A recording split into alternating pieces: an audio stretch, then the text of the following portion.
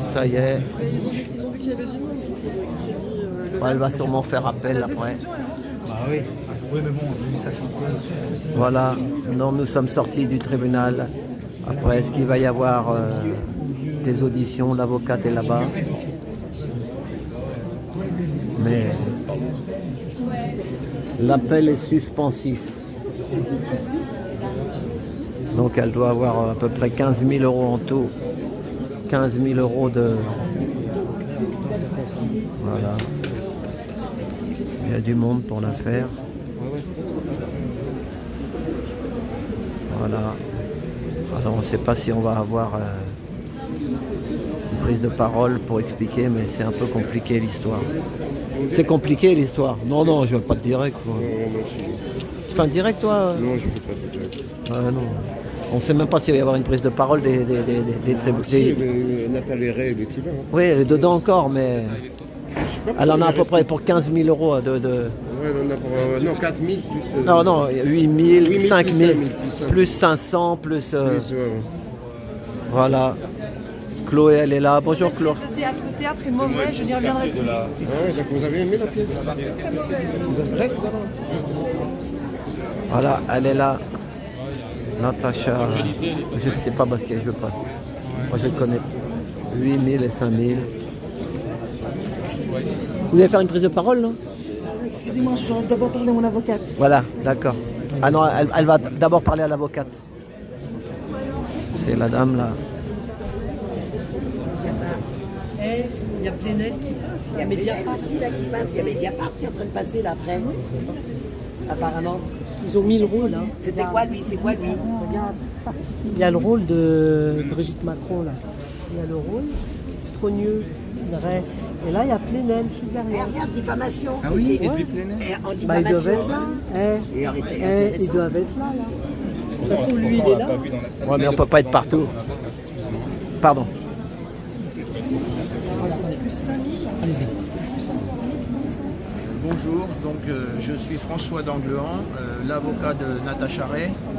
Et il s'est produit la même pantalonnade qu'à la cour d'appel de Caen, à savoir que Natacha Ray a été déclarée coupable en violation de la loi sur la presse, puisque les discours qui étaient poursuivis, aucun des discours qui étaient poursuivis n'impute un fait précis ni à Madame Brigitte Trogneux, ni à Monsieur Jean-Michel Trogneux.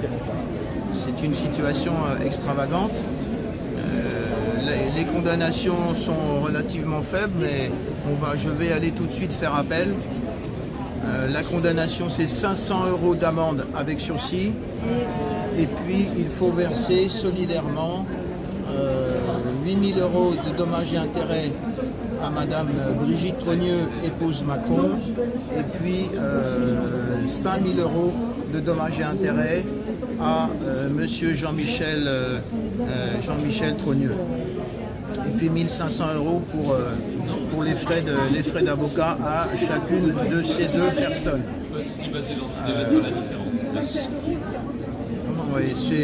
Nous sommes dans une situation équivalente à ce qui s'est passé devant la cour d'appel de Caen, puisque devant la cour d'appel de Caen, Natacha Ray a été déclarée coupable au visa de 7 passages qui ne sont pas des passages qu'elle a prononcés, qui ne sont pas des discours qu'elle a prononcés, mais des discours qui ont été fabriqués par les parties civiles au moment de la rédaction de la citation à comparaître.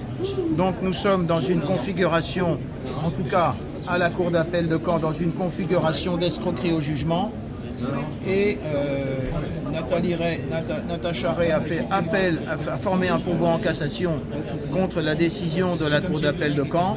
L'affaire est pendante devant la cour de cassation et le rapporteur qui s'occupe du dossier, qui s'appelle Madame Florence Merloz, qui, je crois, sauf erreur de ma part, est originaire de Savoie, comme le nouveau Premier ministre Michel Barnier, eh bien, cette conseillère rapporteure a estimé que le pourvoi en cassation doit être jeté à la poubelle, sous prétexte que Natacha Ray n'aurait pas signé son mémoire, ce qui est totalement faux, et sans avoir analysé ses moyens de cassation. Donc Natacha Ray a décidé de récuser la conseillère Florence Merloz, et puis elle va engager une procédure sur citation directe, une procédure pour escroquerie au jugement, puisque, comme je vous le dis, devant la cour d'appel de Caen, elle a été déclarée coupable, non pas sur des discours qu'elle a prononcés, mais sur des discours qui ont été fabriqués par les prétendues parties civiles, qui sont des personnes qui sont en relation avec la famille de Brigitte Trogneux, voilà. Les épousières. Jean-Michel Trogneux, on n'a pas cette identité. Et je crois qu'à l'audience, personne, ni monsieur Jean-Michel Trogneux, ni madame Brigitte Trogneux ne sont venus. Et petit détail qui est intéressant, c'est que devant la cour d'appel de Caen, Natacha Ray avait cité comme témoin madame Brigitte Trogneux, épouse Macron, et monsieur Jean-Michel Trogneux. Ces deux personnes ne sont pas venues. Et en principe, dans ce genre de situation, le président de la cour d'appel de Caen avait l'obligation de renvoyer l'affaire et de faire comparaître devant la cour d'appel de Caen ces deux personnes par la force publique. Voilà. Mais pour ces personnes, apparemment, il existe des passe-droits. Et on peut dire qu'il s'agit d'une justice républicaine, mais on peut presque dire une justice de francard républicain, puisque les lois ne sont plus appliquées dans ce pays. Merci beaucoup. Merci. Merci maître. Merci. On a pris panier plein, si vous me permettez l'expression. Pour moi, c'est la preuve qu'il faut aller au bout.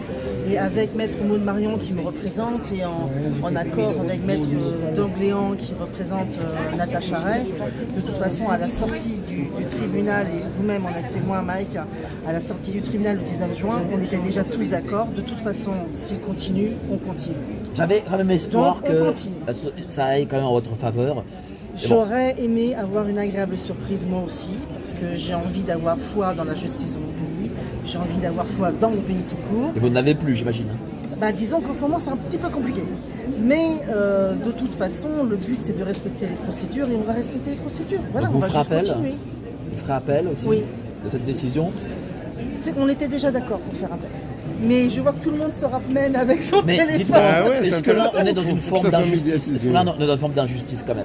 Parce que voilà, vous n'êtes pas journaliste, vous avez fait juste une vidéo YouTube avec quelqu'un qui parle d'une enquête de 3 ans. C'était simplement... C'est quand même fou quoi. C'est-à-dire qu'en France, quand on est une forme de média YouTube, on ne peut plus dire les choses. C'est-à-dire qu'on ne pourrait plus sortir par exemple la fille de Mitterrand si on l'avait été en 2024 quoi. Alors, je suis encore en vie. Mais c'est parce que j'ai fait en sorte de rester. Vous n'êtes pas suicidaire? Je ne suis pas suicidaire, mais je me suis arrangée pour que ça ne fonctionne pas, certains trucs. Voilà. Bon, on va dire ça comme ça. Non, ce que je trouve dommage, c'est que moi, à la base, j'ai jamais prétendu être journaliste. J'ai toujours été claire là-dessus. J'ai jamais prétendu être journaliste. Je ne me suis jamais approprié le travail de Natacha Ray, ni plus tard de Xavier Poussard et des autres personnes qui ont continué. Jamais je me le suis permis. Moi, j'ai juste ouvert ma chaîne, qui était modeste à l'époque, à quelqu'un pour qu'elle puisse exposer son travail. Donc, ça n'avait aucune connotation de telle ou telle orientation. C'était juste de la générosité, en fait, de la charité, de la générosité. Et voilà, comment ça se passe en France. Bon, il y a d'autres choses qui se sont passées, qui sont pires depuis. Donc, du coup, voilà, je ne suis pas étonnée. Je trouve ça dommage. J'aurais préféré ressortir de ce tribunal en étant fière et reconnaissante, en disant voilà, la justice a fait le droit. Bon, on va continuer. Bon, c'est la première mi-temps, le match n'est pas fini encore. Non. Il faut avoir espoir. Non, puis s'ils s'imaginent qu'on va chialer et faire carpette, ils n'ont pas tout compris.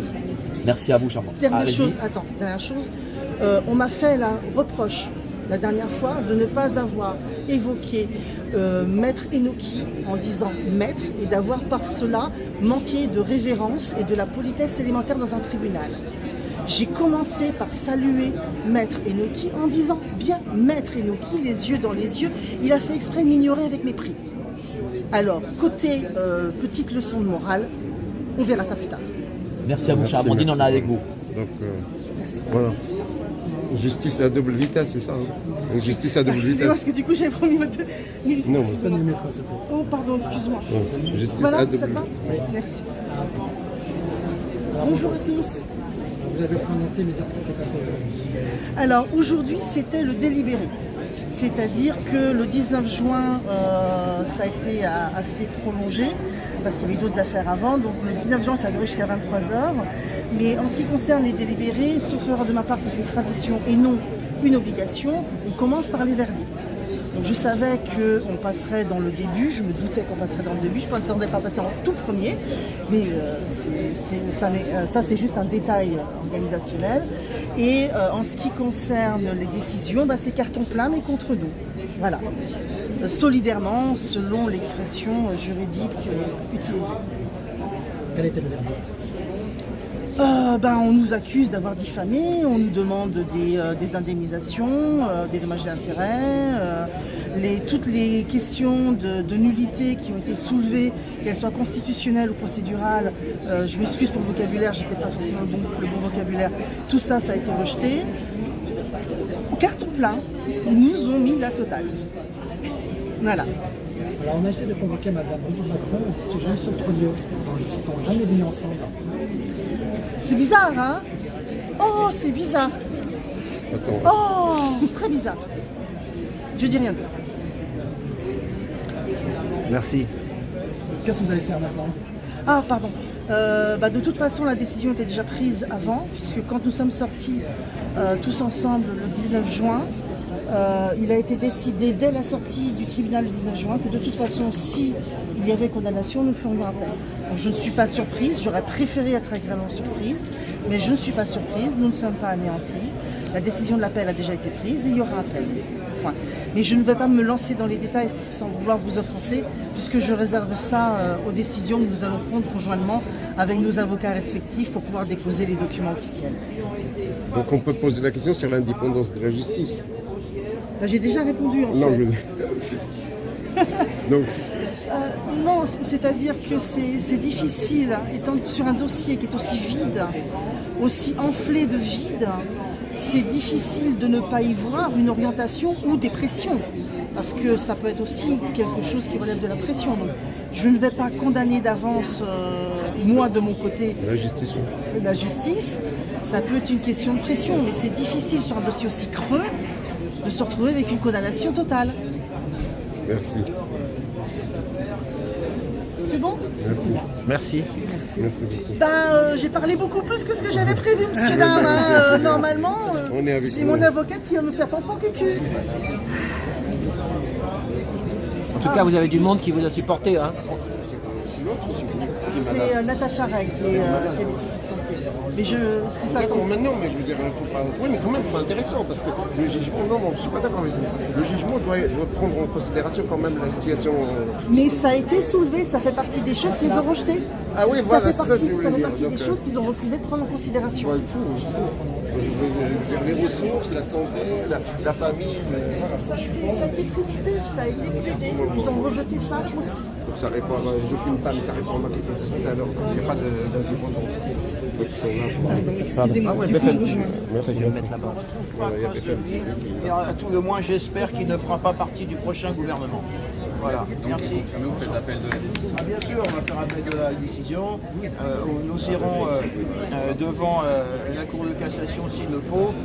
Nous formerons des inscriptions de faux. Nous ferons la procédure complète pour que Natacha Rey puisse rentrer dans ses droits. Voilà, en espérant que d'ici là, on puisse rétablir un fonctionnement normal dans cette justice républicaine qui aujourd'hui dysfonctionne complètement. Merci, à bientôt. Merci maître. Procès politique. Ouais, c'est un procès dans lequel les lois ne sont pas appliquées, quoi. On n'applique pas les lois. Voilà. Vous pouvez s'y attendre puisque Natacha Rey a déjà été échaudée devant la cour d'appel de Caen, comme je vous l'ai expliqué, puisqu'elle a été déclarée coupable sur 7 passages qu'elle n'a jamais rendus publics. Ce sont des passages qui ont été fabriqués par les prétendues parties civiles des gens qui font partie de l'ex-famille de Madame Brigitte Trogneux, épouse Macron. C'est un scandale. Est-ce que c'est normal que ces personnes qui portent les plantes ne sont pas présentées sur le procès? C'est la même question à chaque fois.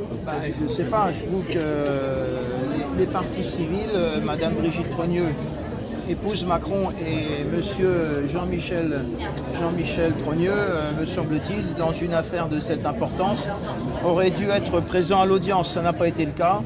Et juste une observation, lorsque l'affaire est venue devant la cour d'appel de Caen, Natacha Ray avait cité comme témoin donc Madame Brigitte Trogneux, épouse Macron, et puis Monsieur Jean-Michel Trogneux.